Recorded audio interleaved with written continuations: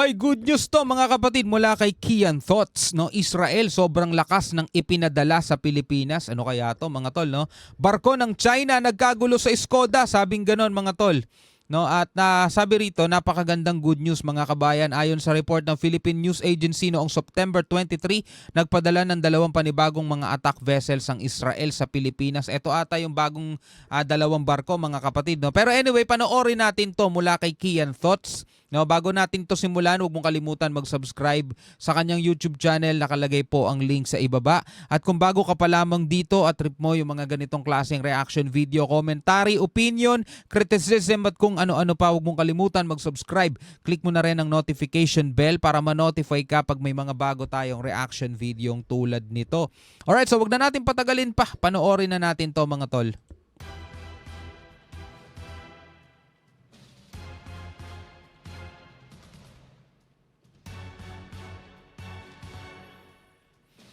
Napakagandang good news mga kabayan. Ayon sa report ng Philippine News Agency noong September 23, nagpadala ng 2 panibagong mga attack vessels ang Israel sa Pilipinas. Ang 2 bagong barkong ito ay mga missile capable at mapapabilang sa Acero-class patrol vessel ng Philippine Navy. Ito na ata yung pang-7 at pang-8 mga tol eh. Actually, binili to ng Pilipinas, no, sa Israel.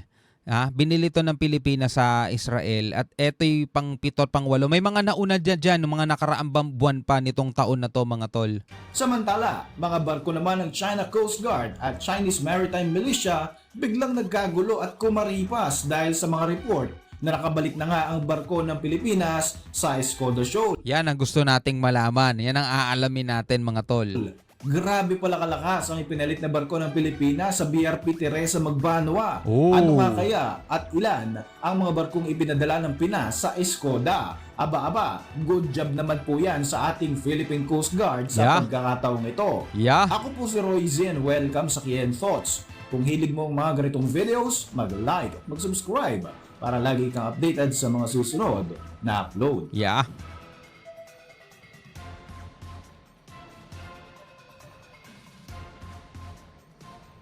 Inanunsyo ng Philippine Fleet noong Lunes, September 23 na 2 karagdagang fast attack interdiction craft o mas kilala bilang Acero-class patrol vessels ang idiniliver sa ating bansa mula sa Israel. Ayon sa tagapagsalita ng Philippine Fleet na si Lieutenant Giovanni Badidles, ang 2 barkong ito ay na-deliver ng Israeli Shipyards Limited sa Pier 15 na Manila South Harbor noon pang September 17. Ang 2 FAIC ay lalagyan ng bow number PG-908 at PG-909 at magiging ika-7 at ika-8 fast attack boat sa ilalim ng Acero-class patrol vessels. Yun na nga, ika-7 at ika-8. Sa oras na ma-commission nga ito ng Pilipinas, agad itong magagamit ng ating Philippine Navy at aakyat na sa 8 ang ating mga fast attack vessels na katulad nito. Ang mga barkong ito ay mula sa Israel at idinisenyo para sa mga high-speed operations.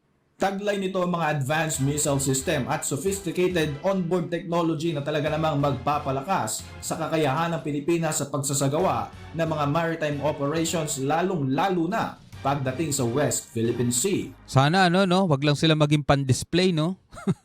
'Di ba? Dapat pag may mga operations tayo, katulad na lang halimbawa ng mga resupply, dapat may mga bantay tayong ganito. 'Di ba? Dapat may mga escort tayo. Kung ayaw natin magpa-escort sa ibang bansa, ang e-escort sa atin yung mga ganitong boat, mga tol. 'Di ba? Yung tipong pag binangga nila patamaan agad sila. Ang pagdating ng mga barkong ito sa ating bansa ay alinsunod pa rin sa AFP Modernization Program. Noong buwan ng Mayo taong kasalukuyan, formal na ikinumisyon ng Philippine Navy ang 5th at 6th FIAC at pinangalanan nga ito na BRP Hermenegildo Yurong at BRP Lawrence Narag. Taglay naman ng mga vessels na ito ang Spike and Loss Missile System at hango ang kanilang pangalan sa 2 Medal of Valor awardee na nasawi sa line of duty sa kampanya ng Pilipinas laban sa mga rebeldeng Moro sa Mindanao noong taong 2000. Naging barko na lamang sila ngayon. Kwento. Ang 2 unang batches ng Acero gunboats ay ang BRP Nestor Acero at ang BRP Lulinato Tuong na na-deliver naman ng bansang Israel noong 2022. Ang ikatlo at ikaapat ay ang BRP Hener Tinangag at BRP Domingo de Luana na napadala naman sa bansa noong 2023. Sana dumating ang panahon mga tol, hindi na natin mababalitaan bumili tayo ng barko sa ibang bansa. Bagkos mababalitaan natin, tayo na mismo yung gumagawa ng sarili nating mga barko, di ba? Ang apat na naunang barko ay armado ng NLAWS missile system, may pinpoint accuracy at may range na 25 kilometers. Armado rin ito ng Typhoon-mounted 30mm main cannons at 50 caliber heavy machine guns. Matapos nga ang 5 buwang pagbabantay, inalis na ng Philippine Coast Guard ang barkong BRP Teresa Magbanwa sa Escoda Shoal nito lamang buwan ng Setyembre taong kasalukuyan. Pero sinabi ng pamunuan ng PCG na hindi ito nangangahulugan na isinuko na natin ang ating teritoryo. Yeah. Kailangan lamang daw nitong i-reposition dahil na rin sa masamang lagay ng panahon at kailangan na rin bigyan ng atensyon ang mga magigiting na mga sundalong Pilipino na sakay ng barko at nakakaranas na nga ng mga sakit at kakulangan sa pagkain at inumin. Ayon nga sa pinakabagong ulat noong September 22, 2024, matagumpay nang nakapasok ang barko ng Pilipinas sa Escoda Shoal subalit hindi na nagbigay ng karagdagang detalye at hindi na nga pinangalanan pa ng pamunuan ng Philippine Coast Guard at ng National Maritime Council ang barkong ito bilang bahagi daw ng bagong estratehiya upang hindi na malaman ng China ang mga ikinikilos ng Pilipinas sa nasabing bahura. So, abangan natin yan mga tol, ang resulta ng kanilang panibagong estratehiya. Yun naman din ang kailangan natin gawin gumawa tayo ng mga panibagong estratehiya na ang mahalaga dyan, basta mabantayan natin yung ating soberanya mga tol at hindi yan maagaw ng ibang bansa. Pero syempre, dapat malaman din natin ng publiko mga tol kung ano na ang sitwasyon, kung ano na ang lagay. Diba? Kasi mamaya baka magulat na lamang tayo kung ano na pala nangyayari, di ba? Pero isa ang sigurado, kombinasyon ng mga assets ng PCG at ng AFP ang Good yan. pinadala ng Pilipinas upang i-counter ang mga ginagawang agresibong aksyon ng China sa Mas maganda pag ganon. West Philippine Sea. Kasi kung Coast Guard lang, kulang talaga Matagumpay di umanong nakapasok ang mga barkong ito sa teritoryo sa kabila ng kumpulan ng mga barko ng China sa lugar na ito.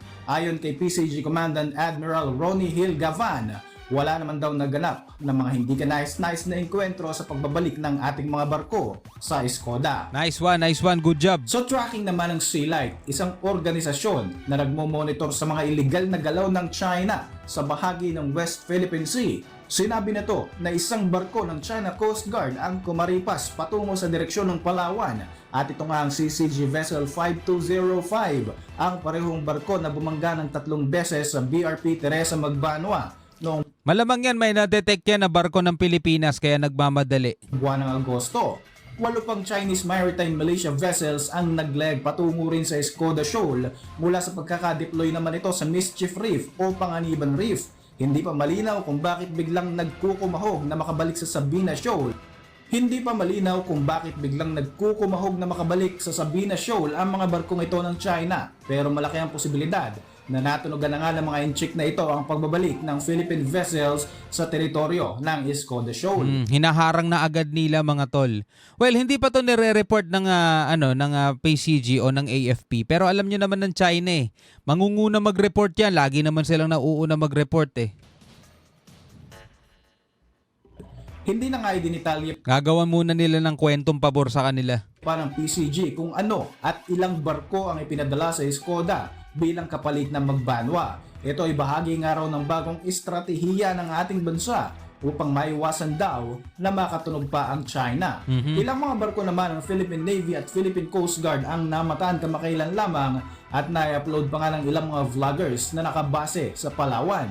Iisa-isahin nga natin ang mga katangian ng mga barko na ito dahil malaki ang posibilidad na kasama ito sa mga idineploy na barko patungo sa Escoda Shoal.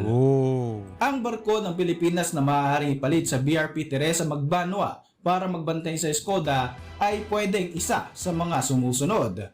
Ang may tuturing na isa sa pinaka-advanced at pinaka-armadong barkong pandigma ng Philippine Navy ay ang BRP Conrado Yap, isang Pohang-class corvette. Opisyal itong kinomisyon ng Pilipinas noong 2019. Ganda, Ito ay donasyon mula sa bansang South Korea at dating may pangalang ROKS Chungju na ginamit ng South Korean Navy. Salamat Salamat South Korea.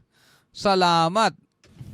Ang Kahit na matagal na to, pero salamat pa rin. BRP Conrado Yap ay mayroong dalawang 76mm Otto Melara compact naval guns, dalawang Otto Breda 40mm L70 twin naval guns, dalawang MK32 triple torpedo launchers, dalawang MK9 depth charge racks at 6 na M2 HB Browning 50 caliber machine gun.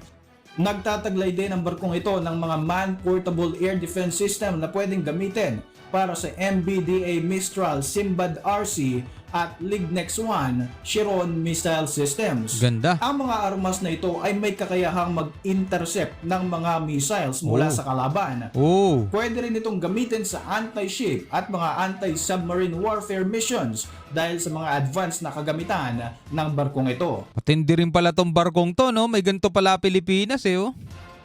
Dinala ito sa Pilipinas ng mas maaga upang magamit na rin ng Philippine Navy para mas maging handa nga ang mga Pilipino para sa nooy paparating pa lamang na frigate ng Pilipinas na ngayon nga ay tinatawag na BRP Jose Rizal.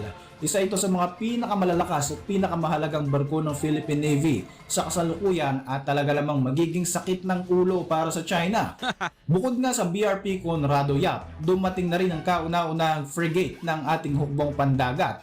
Ito nga yung BRP Jose Rizal. Ganda rin, no? Itong itinuturing na lead ship ng mga guided missile frigates ng Pilipinas at nanggaling rin ito sa bansang South Korea habang binuo naman ito ng Hyundai Heavy Industries. Ayos. Taong 2018 nga nang i-anunsyo ng Norway Defense Secretary Delfin Lorenzana ang mga pangalan ng mga barkong binuo ng HHI para sa ating bansa. Ito nga ang mga barko na BRP Jose Rizal at BRP Antonio Luna na hango sa pangalan sa dalawa nating mga bayani dito sa Pilipinas. May 2020 nang dumuong sa Subic Bay, Zambales ang barko ng BRP Jose Rizal mula sa Ulsan, South Korea. Nagtataglay ang barkong ito ng 4 na Seastar SSM 710K anti-cruise missiles, 2 Simbad RC Mistral missile launchers, 8 vertical launching systems para sa mga torpedoes. Mayroon din itong isang Otto Melara autocannon, isang Aselsan autocannon, 4 na K650 caliber machine guns at isang closed-in weapon system. Bukod dito ay mayroon din itong isang AW159 Wildcat naval helicopter flight deck na kayang mag-accommodate ng 12 tons na helicopter ng Philippine Navy. Bilang isa sa pinaka-advanced na barko ng Pilipinas, kayang-kaya nito ang mga anti-air, anti-surface, anti-submarine at mga anti-electronic warfare. Ang ganda. Ang BRP Napaka-moderno nung itsura, no? Antonio Luna naman ay isa rin sa mga posibleng pumuesto at magpatrolya sa Escoda Shoal dahil sa kakayahan nitong mag-conduct ng multi-role operations gaya ng anti-surface, anti-submarine at limited anti-air warfare. Binuo rin ito ng Hyundai Heavy Industries at naikomisyon bilang barko ng Pilipinas noong 2021. Halos hindi naman naglalayo ang mga armas ng BRP Jose Rizal at ng BRP Antonio Luna. Pero mo kita mo, no, yung mga warship natin, no, parang kailan lang lahat, eh, no? Ngayon pa lang tayo nag-ahabol, eh. Kapag iwanan talaga, ilang dekada lumipas, no? Ilang presidente pumalit, eh. Samantala, namataan sa bahagi ng El Nido, Palawan ang BRP Davao del Sur bago pa nga pumutok ang balita hinggil sa pag-pull out ng BRP Teresa Magbanwa. Isa sa mga posibleng dahilan ay isa rin ito sa nakikitang pwedeng i-deploy sa Escoda Shoal para magpatrolya at bantayan ang mga ikinikilos ng China. Ang barkong ito ay isa sa mga Tarlac-class landing platform dock ng Philippine Navy na ipinangalan sa probinsya ng Davao del Sur. Naikomisyon ito bilang barko ng Pilipinas noong 2017 at binuo ito ng kumpanyang PT PAL Indonesia. Nagtataglay rin ng mga armas ang barkong ito kagaya ng isang 76mm main gun sa foredeck at dalawang 25mm secondary guns. Mayroon din itong isang naval helicopter hangar para landingan ng mga helicopter ng Philippine Navy. Isang BRP Davao del Sur sa mga lumahok sa multilateral maritime exercises na bahagi ng Balikatan 2024 noong buwan ng Abril, kasama ang isa pang barko na ating pag-uusapan na BRP Ramon Alcaraz. Ang barkong BRP Ramon Alcaraz ay second ship ng Gregorio del Pilar class patrol ship ng Philippine Navy. Mula 1968 hanggang 2012, kilala ito bilang US Coast Guard Dallas at nagserbisyo sa United States bilang barko Oh, ng donation. United States Coast Guard at nakilala bilang High Endurance Cutter.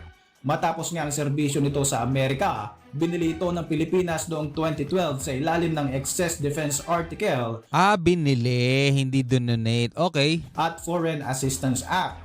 Sa ngayon ay nagtataglay ito ng isang Otto Melara 76mm autocannon, dalawang USN Mk38 25mm autocannon, 6 na M2 Browning 12.7mm heavy machine guns at kayang mag-accommodate ng isang AW109E Power Light Multi-Role Helicopter sa kanyang heli deck. Ngayon nga na sinasabi ng Philippine Coast Guard na nakapasok na ang ating mga barko sa Escoda Shoal. Matapos nga ang pag-pull out ng BRP Teresa Magbanwa, nabanggit din ng PCG na babaguhin nila ang kanilang estratehiya at ang approach pagdating sa Chinese aggression. Ano pa man ang barkong i-deploy ng ating hukbong sandatahan sa ating exclusive economic zone, umaasa ang bawat mamamayang Pilipino na hindi na mauulit pa ang bangungot na ating naranasan sa kamay ng China sa nakalipas na 5 buwang pananatili sa Escoda Shoal. Tama, yung mga pagbangga nila, pagharang nila sa mga resupply natin, nagutom yung mga sundalo, yung mga Coast Guard. Napakahirap nun mga tol para sa kanila, pero dapat hindi na talaga natin payagan na maulit pa yung mga ganon. Hindi kasi sapat talaga pag Coast Guard lang no.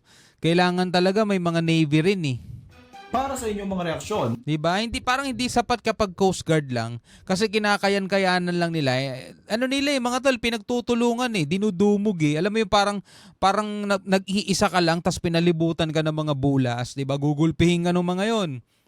O ganun ang ginagawa ng China mga tol, mas marami silang barko 'di ba? Pero dapat talaga meron tayong mga gray ship nakasama. Para kahit papano, sabi nga nila 'di ba? Sabi nga ng AFP natin gusto nilang makabuo ng credible deterrent posture mga tol, 'di ba?